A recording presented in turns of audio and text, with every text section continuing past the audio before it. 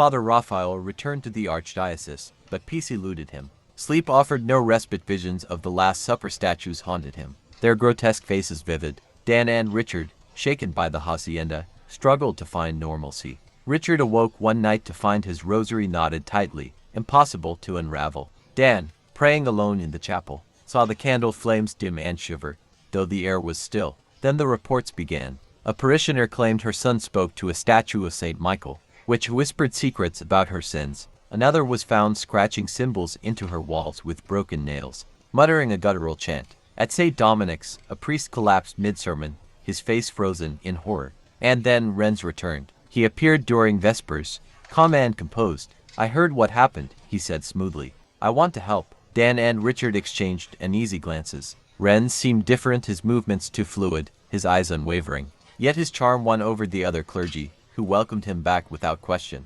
Raphael, however, couldn't dismiss his unease. He noticed Renz lingering in shadows, his footsteps soundless. One evening, Richard found him muttering in a guttural language in the sacristy. When confronted, Renz only smiled, explaining it as a prayer from old rites. The phenomena grew worse. A girl claimed a statue of the Virgin Mary in her village, cried blood, and turned its head to follow her. A novice went missing, later found wandering aimlessly, muttering of shadows and fire. Dan began experiencing blackouts. He woke in unfamiliar parts of the city, his hands streaked with dirt. One night, Richard found him in the chapel, carving symbols into a pew with his bare nails, his voice a deep growl and his eyes distant. Raphael's investigation uncovered a chilling truth. The spirits from the hacienda were not destroyed, they were spreading. Weak and vulnerable souls were being consumed, their fears feeding the darkness. And Renz, he wasn't who he claimed to be. Late one evening, Raphael entered the cathedral alone to pray. Kneeling before the altar, he closed his eyes and clutched his rosary tightly. The nave was silent, but a faint whisper began to rise, slithering through the air. "Father," a voice murmured softly. Raphael froze but didn't turn. The voice was unmistakable, it was Renz.